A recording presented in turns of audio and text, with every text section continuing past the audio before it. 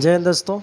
आइए आज एक मैथ का नया चैप्टर कोऑर्डिनेट ज्योमेट्री निर्देशांक ज्यामिति को स्टार्ट करते हैं। उसका बेसिक कंसेप्ट देखते हैं, फिर उससे रिलेटेड जितना क्वेश्चन एग्जाम में पूछे गए उसको देखेंगे।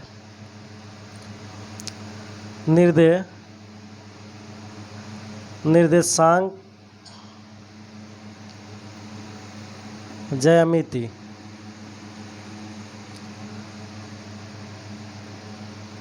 कोऑर्डिनेट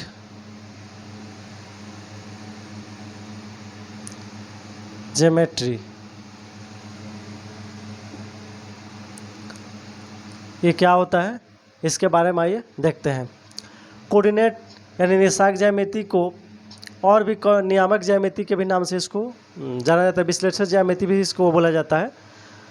तो इसकी ज़रूरत क्यों हुआ, इसको क्यों पढ़ा जाता है, इसका क्या यूज है, आइए पहले उसको जानते हैं। जैसे ये समतल है, यहाँ पर कोई पॉइंट है, यहाँ पर इस पॉइंट को कैसे डिफाइन किया जाएगा, कैसे निर्धारित किया जाएगा, ये निर्देशांक ज्यामिति के माध्यम से इसको निर्धारित किया जा सकता है। ये पॉइंट कहाँ, इसकी स्थिति क्या है, इसकी पोजीशन कहाँ है, ये इसके माध्यम से निर्धारित किया जा सकता है। तो किसी भी समतल पर किसी पॉइंट को या बिंदु को निर्धारित करने के लिए इसका जरूरत पड़ा, निर्देशांक ज्यामिति का जरूरत पड़ा, इसीलिए इसको पढ़ा जाता है। जैसे यहाँ पर कोई पॉइंट मान लेते हैं P है, P कोई पॉइंट है, इसको कैसे डिफाइन करेंगे, इसको कैसे निर्धारित करेंगे। तो मान लेंगे कि एक ये रेखा है, y है, एक ये है जो x है, ये y है, इसको y डैश लिख सकते हैं, ये x है तो इसको x डैश इधर लिख सकते हैं, नाम दे दिए। अब एक कोई पॉइंट P है, हम क्या करेंगे, यहाँ से इसको डॉट कर लेंगे, नीचे मिला लेंगे, यहाँ नीचे मिला लिए, फिर इसको इधर मिला दिए। अब यहाँ से इस लाइन को, जो लाइन हम लिए हैं, इससे इसका पोजीशन और इससे इसके पोजीशन से P हम निर्धारित कर सकते हैं बिंदु, ऐसे नहीं कर पाएंगे। अब देखिए ये जो होता है इसको मूल बिंदु बोला जाता है, इसको बोला जाता है, इसको मूल बिंदु इसको बोला जाता है, जो बीच वाला है इसको मूल बिंदु बोला जाता है। अब देखिए ये P हो गया। अब ये जो है मान लेते हैं ये O है, ये M है और अब N है ये। तो देखिए OM जो ये हो गया, ये पूरा एक्स अक्ष कहलाता है। यहाँ से यहाँ तक इसको बोला जाता है, एक्स अक्ष। यहाँ से लेके एक्स दर तक ले इसको एक्स अक्ष बोला जाता है, और वाई से वाई दस तक ले इसको बोला जाता है वाई अक्ष, और इसको मूल बिंदु बोला जाता है। अब देखिए अब यहाँ से यहाँ तक ये जो हुआ, ये जितना होगा लंबाई उतना ही ये भी लंबाई होगा, और जितना ये लंबाई होगा उतना ही ये भी लंबाई होगा। तो इस लंबाई को जो एक्स अक्ष पर है, इसको यहाँ से यहाँ तक ले, इसको P का एक्स निर्देशांक बोलेंगे। यानी यहाँ पर हम P को एक्स लिख लेंगे, और ये हो गया ये वाला, और ये जो है ये y वाला है, तो यहाँ इतना इसको y लिखेंगे। यानी P का जो है, जो P पॉइंट है, इसका एक्स और y क्या हुआ, निर्देशांक हो गया। ये हो गया आपका x, ये x पर है तो इसको x मान लेते हैं, ये y पर है तो ये इसको y, यानी ये हो गया आपका y और ये हो गया x। यहाँ तक x हो गया दूरी, यहाँ तक y हो गया। तो P का जो निर्देशांक आएगा वो xy आएगा। अब देखिए xy को x निर्देशांक, इसको बोलेंगे हम, यहाँ इतना को जो देखिए ये यही वाला है ना ऊपर, इसको हम बोलेंगे x निर्देशांक, और इसको जो ये y का जो दूरी है, ये लंबाई है, इसको बोलेंगे y निर्देशांक, और दोनों को मिलाकर हम बोलेंगे P का निर्देशांक। दोनों को मिलाएंगे तो बोलेंगे ये दोनों एक्स वाई क्या है, P का निर्देशांक है। आपको समझ में आ गया निर्देशांक। उसके बाद क्या करेंगे, देखिए x जो है, ये जो है इस y को इस y को इस y को और इस x को, इसको कोटि बोला जाता है, कोटि, और x को भुज बोला जाता है। याद रखिएगा, इसको यानी x निर्देशांक को भुज बोला जाता है, इसको क्या बोला जाता है, भुज, इसको भुज बोला जाता है, इसको कोटि। अभी कभी कई बार पूछ जाते हैं एक एक्स निशान को क्या बोला जाता है, तो एक्स निशान को भुज बोला जाता है, वाई निशान को क्या बोला जाता है, तो वाई निशान को कोटि बोला जाता है। आपको समझ गया, ये मूल बिंदु है। आगे चलिए और बताते हैं आपको।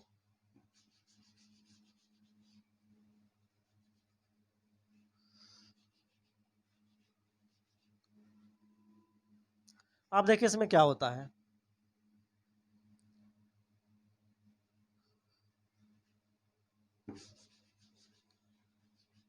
इसमें ये होता है,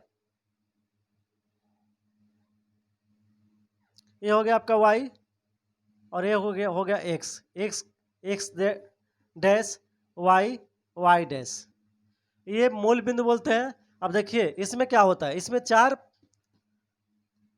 ये पहला, इसको प्रथम पाद बोला जाता है, इसको दूसरा पाद, और इसको तीसरा पाद, और इसको चौथा पाद।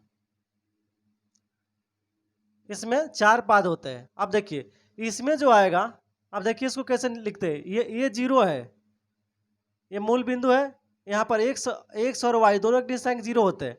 यहाँ पर 1 हो गया, 2 हो गया, 3 हो गया, 4 हो गया, फिर इधर 1 हो गया, 2 हो गया, 3 हो गया, 4 हो गया, फिर उधर इधर 1 हो गया, 2 हो गया, 3 हो गया, 4 हो गया, फिर इधर 1 हो गया, 2 हो गया, 3 हो गया, 4 हो गया। देखिए ये जो होते हैं ये माइनस में होते हैं, ये माइनस में होते हैं, ये माइनस में होते हैं, ये भी माइनस में होते हैं। यानी ये तीसरा पद जो होता है वो एक्स और वाई दोनों माइनस का होता है। तो याद रखिएगा पहला पद में ये देखिए ये और ये प्लस वाला है, तो ये प्लस वाला है। इसमें देखिए वाई भी प्लस है और एक्स भी प्लस है, तो प्लस प्लस लिखेंगे। इधर देखिए ये वाला क्या वाई हो गया और इधर वाला एक्स हो गया, तो एक्स मतलब एक्स वाला है माइनस और वाई वाला है प्लस। फिर इधर देखिए इधर एक्स वाई दोनों माइनस माइनस, माइनस में लिख दिया। फिर इधर देखिए ये वाला माइनस है और ये वाला प्लस है, यानी इसको लिखेंगे प्लस और माइनस। तो याद रखिए पूछेगा इससे क्वेश्चन कैसे पूछेगा, लिखेगा -2 और 3 किस पाद में स्थिर होंगे। तो देखिए -2 ये हमेशा पहले वाला एक्स होता है और बाद वाला जो है वाई होता है। पहले वाला एक्स और बाद वाला वाई, एक्स वाला को बोला जाता है भुज और वाई वाला को बोला जाता है कोटि। तो याद रखिएगा। देखिए -2 और 3 ये पूछ देगा कि किस पाद में होंगे। तो देखिए -2 यानी एक्स जो है माइनस, एक्स वाला माइनस आइए, देखिए एक्स वाले है इसमें माइनस, देखिए 2 यहाँ है, और वाई का 3 देखिए ऊपर जाएगा 3, यानी इसमें स्थित है। यह -2 यहाँ जाएगा यहाँ, यानी यहाँ पर स्थित है। ये कौन सा पद में है, तो दूसरा पाद में है। कौन सा पाद में है, तो दूसरा पाद में है। तो इस तरह का क्वेश्चन पूछता है, या पूछता है कि ये जो मूल बिंदु है, मूल बिंदु,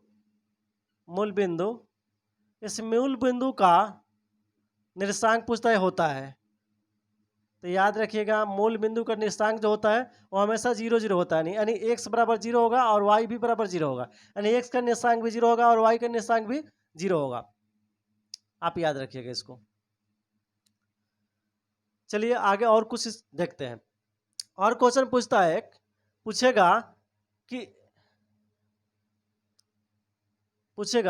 कि x अक्ष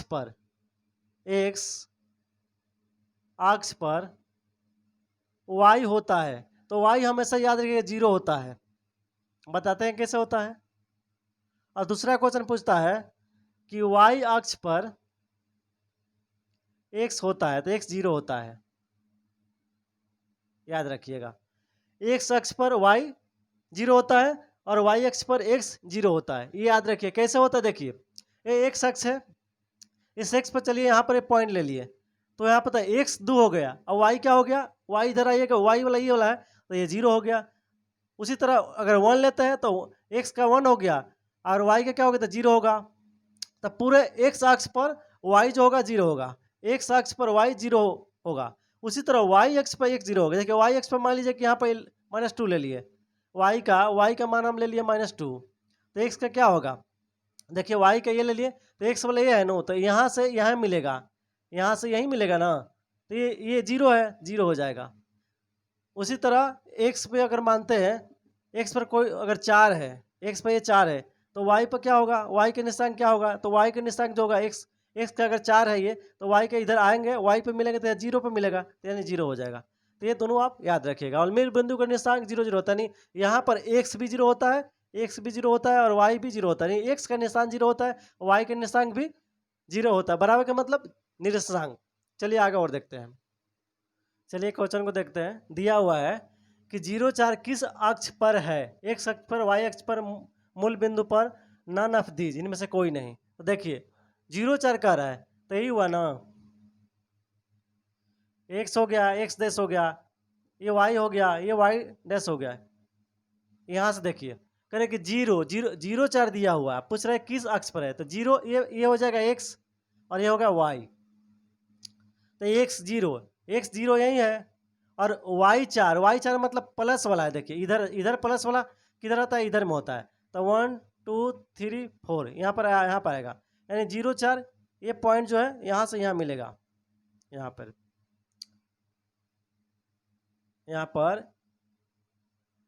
0 4 किस अक्ष पर है, कौन सा अक्ष पर है, देखिए तो 0 ये हो गया और 4 ये हो गया, देखिए तो इसी अक्ष पर है, यानी वाई अक्ष पर है। हमारा क्या आंसर हो जाएगा, वाई अक्ष आएगा, इस पर है। उसी तरह आपको और भी कोई दे देगा, कहेगा कि किस अक्ष पर है, तो आप उसको आराम से निकाल सकते हैं। अगर दे दिया कि 4 और 0 किस अक्ष पर है, तो 4 मतलब पहले ये एक्स हो गया, ये वाई, तो एक्स यानी 1 2 3 4 यहाँ पर 4 है, और 0 वाई यानी ये हो गया, यानी एक अक्ष पर हो जाएगा। जब 4 0 कहेगा तो एक अक्ष पर हो जाएगा, और 0 4 कहेगा तो वाई अक्ष पर हो जाएगा। इस तरह आप डायग्राम से इसको आराम से बना सकते हैं। चलिए आगे और देखते हैं दूसरा नंबर क्वेश्चन को। दूसरा नंबर क्वेश्चन कह रहा है कि एगो पी पॉइंट है 0 और 4, यानी ये प्लस हो जाएगा और ये माइनस में दिया हुआ, का स्थान निर्धारित कीजिए। चौथा पाद में होगा कि तीसरा में कि दूसरा में कि पहला में होगा। तो देखिए कैसे निर्धारित किया, अभी आपको बताए थे कि ये वाई डैश और एक्स डैश हो गया, ये पहला हो गया, ये पहला पाद हो गया, ये दूसरा हो गया, ये तीसरा हो गया और ये चौथा हो गया।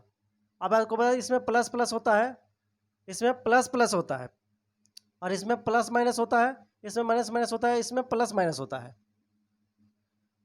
देखिए इसको याद करने का तरीका है कि आप ऐसे लिख दीजिएगा, असम में यहाँ प्लस भर दीजिएगा, प्लस प्लस, यहाँ माइनस भर दीजिएगा और यहाँ पे प्लस भर दीजिएगा। फिर उसके बाद इधर ये वाला प्लस वाला, ये याद रखिएगा प्लस वाला तो माइनस वाला, यहाँ पर प्लस तो यहाँ पर माइनस, फिर यहाँ पर माइनस लिखिएगा और यहाँ पर माइनस लिख दीजिएगा। इस तरह आपको याद रखिएगा, पहला में प्लस प्लस और दूसरा में माइनस प्लस, मैंने प्लस प्लस का मतलब कि एक्स प्लस और वाई प्लस, इसमें एक्स माइनस और वाई माइनस प्लस, इसमें एक्स भी माइनस और वाई भी माइनस, इसमें एक्स प्लस और वाई माइनस, इसका मतलब वो ये हुआ। इसको बोला जाता है कोटि, एक्स को भुज और वाई को कोटि।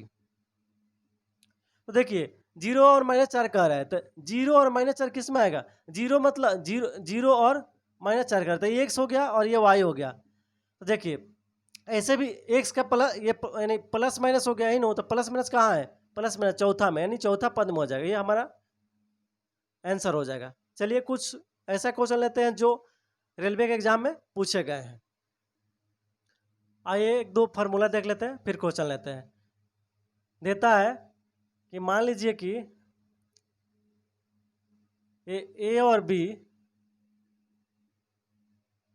दो पॉइंट है, और इसका x1 है और y1 है, निर्देशांक ए का निर्देशांक x1 है, y1 है। उसी तरह बी का x2 है और y2 है, और कहेगा कि ए और बी के बीच की दूरी, ए बी की लंबाई ज्ञात कीजिए, ए बी की लंबाई ज्ञात कीजिए। ऐसा क्वेश्चन पूछा है, कई बार पूछता है।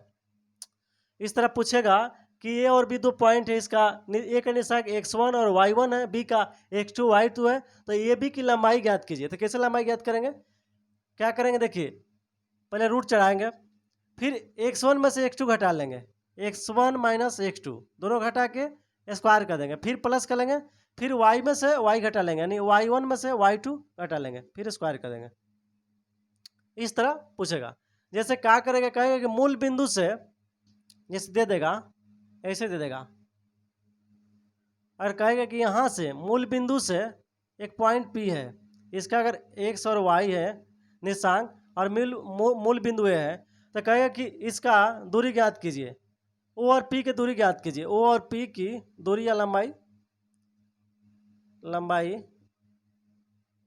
तो लंबाई देखिए क्या होगा, पता है लंबाई होता है पहले निशांक में से दूसरा का पहला निशांक घटाएंगे, इसके दूसरा में से इसके दूसरा घटाएंगे।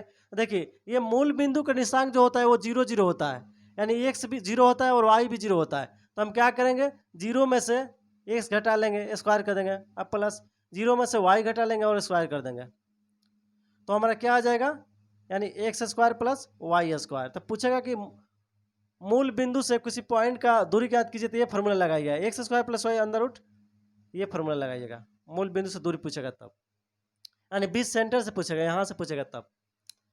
चलिए अगला और कुछ, इसमें क्या करता है कि यहाँ पर एक पी पॉइंट देता है और कहता है कि पी पॉइंट का निशान ज्ञात कीजिए। ये देखिए बोलेगा कि ये भी दो पॉइंट है जिसको पी अंत विभाजित करती है। देखिए दोनों का अंदर में विभाजित करेंगे तो इसको कहा जाता है अंत विभाजित, अंत विभाजित। ये भी दो पॉइंट है, उसको पी बिंदु अंत विभाजित यानी अंदर में, दोनों का अंदर में विभाजित करती है।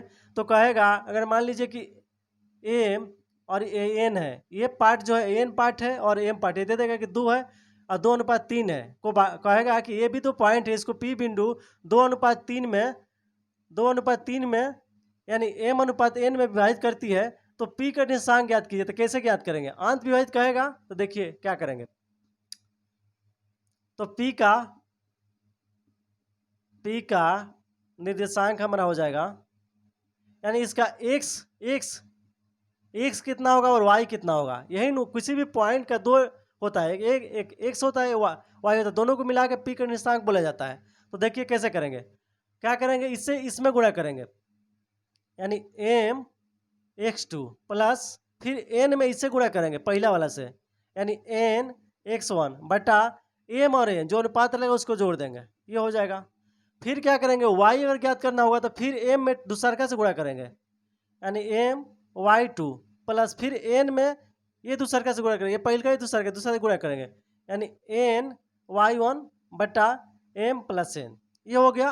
अंत विभाजित कहेगा तब, अगर बाह विभाजित कह दिया तो कैसे करेंगे, अगर बाह विभाजित कर दिया तो कैसे करेंगे, बाह विभाजित कहेगा तो देखिए क्या करेंगे, यहाँ पर सिर्फ माइनस लगा देंगे, यहाँ पर प्लस है नो, अंत विभाजित, और बाह विभाजित कहेगा कि बाह विभाजित करती है, बाह विभाजित,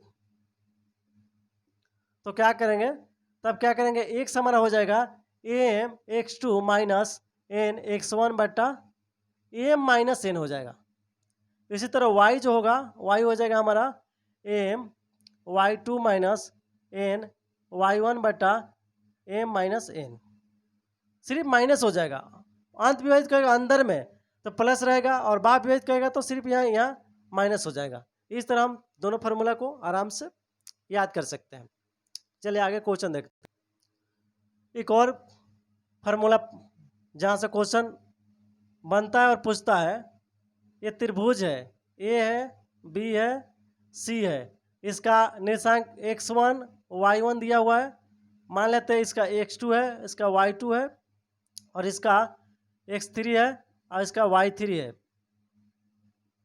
है। अगर यहाँ से एक लंब डाल देगा, इसको p मान लेते हैं, और पूछेगा कि p का निर्देशांक ज्ञात कीजिए। p जो है कहेगा, पहले पूछ देगा कि p का निर्देशांक ज्ञात कीजिए, p का निर्देशांक।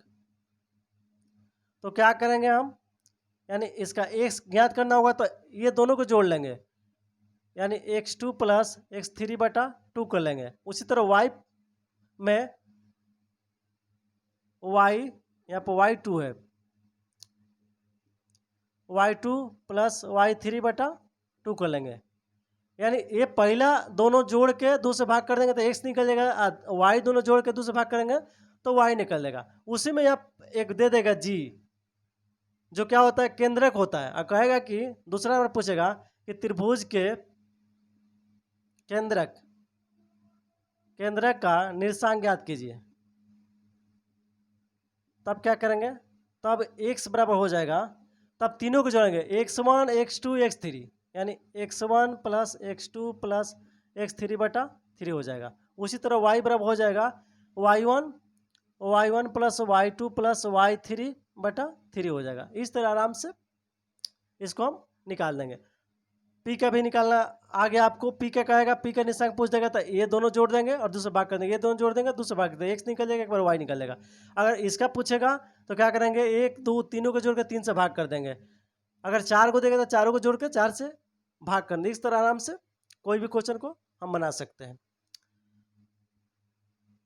और एक चीज़ आपको बताते हैं, जैसे दे देगा, कहेगा कि यहाँ से एक्स अक्ष है, एक्स डेट, ये वाई एक्स है, वाई डेट। यहाँ से कहेगा कि कोई रेखा एक्स अक्ष पर झुकी हुई है और यहाँ पे एक पॉइंट पी है, और कहेगा यहाँ पर थीटा दिया हुआ है, तो कहेगा कि ये पी पॉइंट का ये थीटा का मान ज्ञात कीजिए। तो थीटा का मान हम कैसे ज्ञात करेंगे, देखिए कैसे ज्ञात करेंगे, इसको मिला देंगे। देखिए ये जो है, ये वाला एक्स अक्ष पर है तो ये वाला एक्स हो गया, ऊपर वाला एक्स हो गया, फिर ये वाई वाला है ये, तो ये वाई हो गया। तो देखिए हमको क्या ज्ञात करना है, थीटा ज्ञात करना है। तो थीटा ज्ञात करने के लिए क्या क्या करेंगे, यहाँ देखिए यहाँ पर ये क्या है, थीटा के सामने वाला किसको क्या बोलते हैं, थीटा के सामने वाला को लंब बोला जाता है। और ये 90 डिग्री है, इसके यहाँ कर्ण हो जाएगा, और ये जो नीचे वाला आधार हो जाएगा, ये नीचे वाला ये आधार हो गया, ये लंब हो गया और कर्ण हो गया। तो आपको पता है कि हमको थीटा ज्ञात करना है और हमको वाई एक्स दिया हुआ है। तो क्या करेंगे, हमको पता है कि टेन थीटा बराबर होता है पी बी मतलब होता है लंब बटा आधार, लंब बटा आधार, यानी ये एक्स हो गया, इसको नीचे लिख देते हैं, ये एक्स हो गया और ये वाई हो गया, यानी कि लंब मतलब वाई बटा आधार मतलब एक्स, यानी हम लिख देंगे टेन थीटा बराबर वाई बटा एक्स। और वाई एक्स के मान पता रहेगा तो हम थीटा का मान आराम से निकाल सकते हैं इस प्रकार। चलिए आप क्वेश्चन देखते हैं।